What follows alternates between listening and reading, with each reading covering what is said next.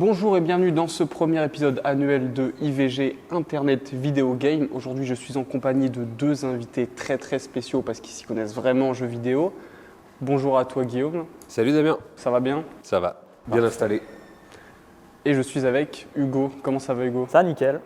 Parti pour une petite émission tranquille. Parfait. En novembre 2020 sortait la PS5. Première fois qu'une console sort avec une version sans CD. Du coup, c'est un peu la première fois que le grand public se pose la question de qu'est-ce qui se passe avec le démat et le physique. Ça va être notre sujet d'aujourd'hui. On va un petit peu gentiment débattre sur est-ce que le 100% dématérialisé c'est très bien ou c'est pas bien. Et moi, je veux quand même commencer à avoir un peu votre avis déjà là-dessus. Qu'est-ce que tu en penses toi Hugo? Moi, le démat, je suis pour. Ça aide les indépendants, les petits studios. On l'a bien connu avec le mastodonte Steam qui nous propose toutes les années, tout le temps, des jeux indés, des petits jeux de 10 à 20 balles. Et c'est une mine d'or pour les petits développeurs. Et donc pour moi, c'est un grand oui. C'est vrai que pour les indépendants, c'est pas mal. Tu sors pas un jeu en jaquette à 15 €. C'est ça. Voilà, mais tu peux le sortir sur Steam ou sur d'autres plateformes.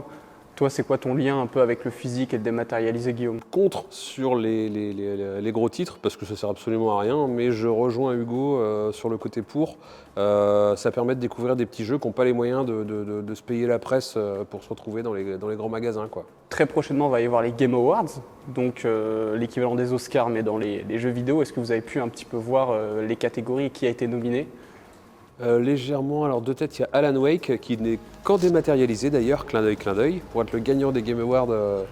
Vraiment, il lui manquerait juste vraiment la sortie physique, quoi, tu vois. Je sais pas ce que tu en penses toi, Hugo. Je pencherais plus pour un choix de cœur, ce serait Baldur's Gate dans le jeu de l'année. Pour moi, c'est vraiment un jeu incroyable. Mais après, il y a d'autres jeux qui sont très prometteurs, dont d'ailleurs, j'ai amené ma petite jaquette. Le The Legend of Zelda, ça c'est l'ancienne version, donc Merci. La nouvelle version Tears of the Kingdom, Voilà. donc le dernier opus qui est sorti Fabuleux, quoi. et qui est fabuleux. Et pour moi, c'est celui qui a gagné toutes les notes des journaux et qui, je pense, va gagner cette année le Game Awards. Donc c'est vrai que il y a une trentaine de catégories, mais une des catégories qu'on attend le plus, c'est le jeu de l'année. Et donc les nominés sont Alan Wake, on en a parlé, Baldur's Gate, le 3, Zelda, et j'ai aussi Resident Evil 4 sous les yeux, Spider-Man évidemment, qui a de grandes chances de gagner parce que c'est quand même un jeu grand public. Il y a aussi Super Mario Wonder récemment là, qui est sorti, qui je pense va faire mal aussi parce qu'il est très apprécié de ouf. Ouais, très familial. Très familial, il y a plus de 120 millions de Switch sur le marché, il risque de faire mal celui-là à la tombée des résultats. Moi, je suis juste un peu déçu qu'il n'y ait pas le dernier Final Fantasy qui, je trouve, était aussi un très bon opus, qui aurait pu faire cette preuve. Il a été nominé mais pas dans la catégorie meilleur jeu. Pour moi, il avait sa place dans la catégorie meilleur jeu. Il n'aurait pas gagné, mais il avait sa place d'être au moins nominé. C'est comme Starfield, qui aurait pu être aussi.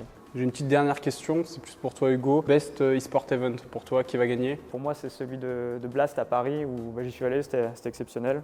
Et en plus, c'est les Français qui ont gagné à la fin, donc pour moi, ce serait Blast Paris.